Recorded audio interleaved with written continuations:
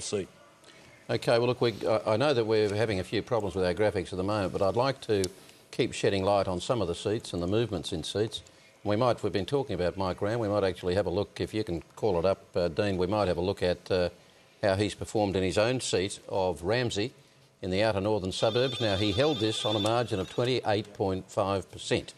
Which by any standard is extremely safe, and we've got 30% of the vote counted. Well, in fact, it's the safest seat in the state. It beats the Liberal Party by 0.1%. Mike Rann has 49%, 4,900 votes, 58% to David Balaza, 25%. I would expect nothing different. I mean, Mike Rann will win this seat, and he'll win it with a substantial majority. But the important thing is, however, that there's been a big swing to the Liberal Party.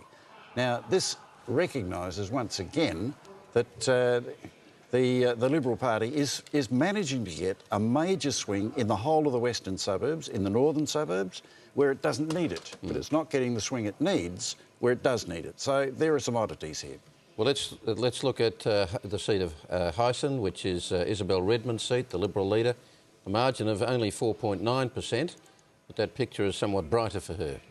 Well, yeah, it's only 4.9%, which is pretty unusual for leaders of parties who generally find themselves in safe seats. But Hyson is not a safe seat. It's a hill seat. It's a suburban development seat. 57.6% of the vote, however, is a pretty solid vote.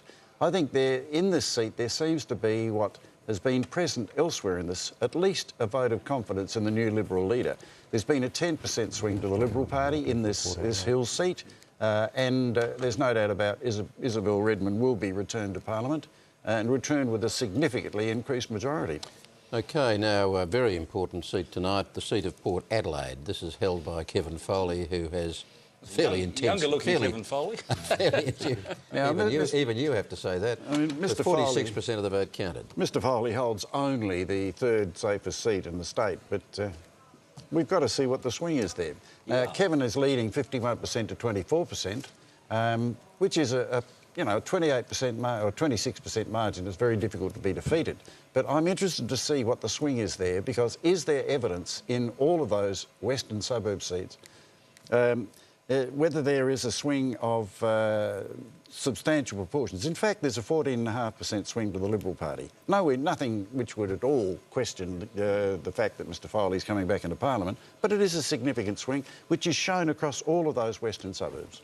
OK, now we've temporarily lost our graphics again, but I want to look at the figures for the seat of Hartley. This is one of those very marginal Labor seats, one that was expected to strike trouble.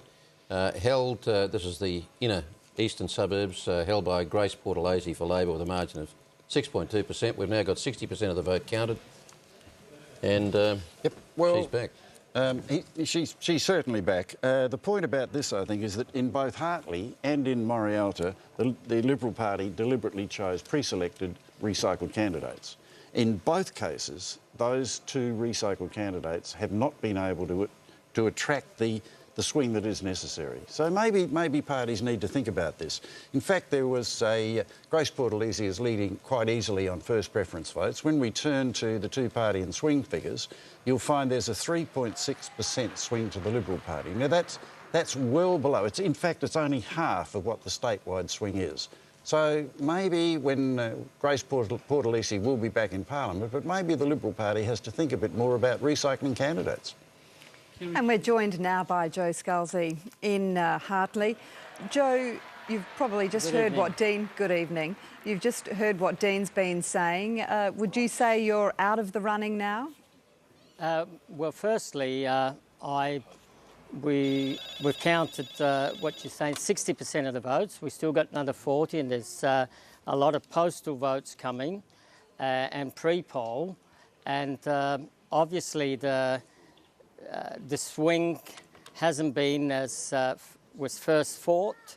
In booths like Campbelltown, it was very encouraging in the beginning. But firstly, what I want to say, if you see the people behind me, that's the heart of Hartley. And regardless of the final outcome, the volunteers, my family, wife, children, and Joel coming from, especially from Sydney, I want to thank everybody that's worked so hard for this campaign. Yeah, now, you did say that Joel was down handing out how to vote cards, and I know you were Yes. hoping for a bit of a Big Brother boost there. Wasn't quite Yes. enough, maybe. Well, you can never predict these things. All I can say is that it's been a tough campaign. What's you made it never know. tough, Joe?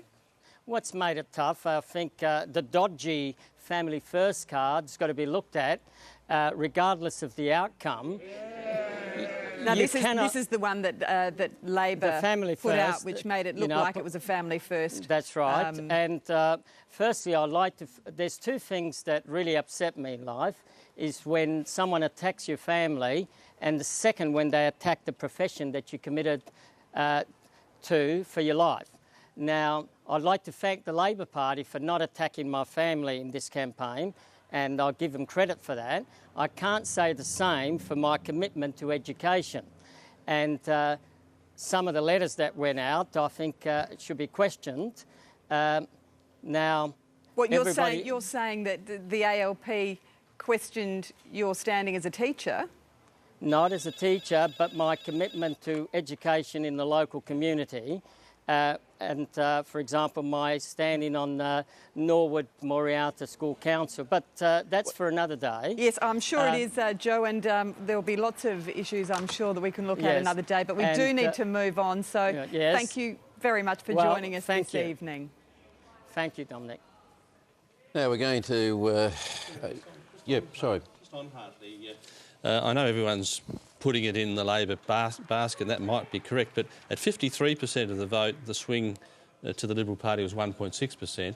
With just 7% more counted now, 60%, it's now 3.7%. So the Liberal Party picked up 2% in swing in just 7% of the vote count, and there's still 40% of the vote to go. So still volatile. Well, clearly, in 7% extra count, we picked up 2% extra swing.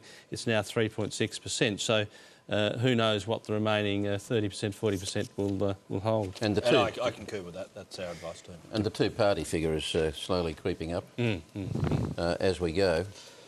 We might take a look at the seat of Frome because, again, I think we're going to talk to one of the players in that seat. Now, this has been held only since early last year by Jeff Brock as an independent with a margin of 1.7%. We've now got nearly 60% of the vote counted. And how does it look? It looks as if Jeff Brock would be feeling much more comfortable now. 44% to Jeff Brock, 31% to Terry Boylan and 18% to the ALP's John Rodey. Now, Jeff Brock will receive preferences from whichever party runs third after the minor preferences are distributed. Given that, there's been a major swing now with these other figures that have come in of about 17.6%. Jeff Brock, I feel, will be comfortably returned. So his photo will come forward to meet you. We're now joined by Terry Boylan, who is the Liberal candidate for Frome. Thanks for joining us, Terry Boylan. How are you feeling at the moment? I'm feeling fine at the moment. It's great. Thanks for being here. So do you think that you're going to be winning the seat? Too close to call? I've been in this situation before. It was only last year that people were claiming I'd won the seat and then I lost it. It appeared the other way around at the moment. People saying I've lost the seat, maybe I'm going to win it. Look, I know there's a pile of postal votes and some pre-polls out there that's still to be counted later during the week. Hopefully, when I left our function tonight, there was still, I thought there might be some good booths coming in from Clare and that. So, look, I'm confident and we'll see what happens in the days ahead. Now, as you said, Jeff Brock and yourself ran for the by-election and Jeff came in ahead and it was a very close count. Has anything changed in the year since then that would make you think that you would stand a better chance of picking it up this time round?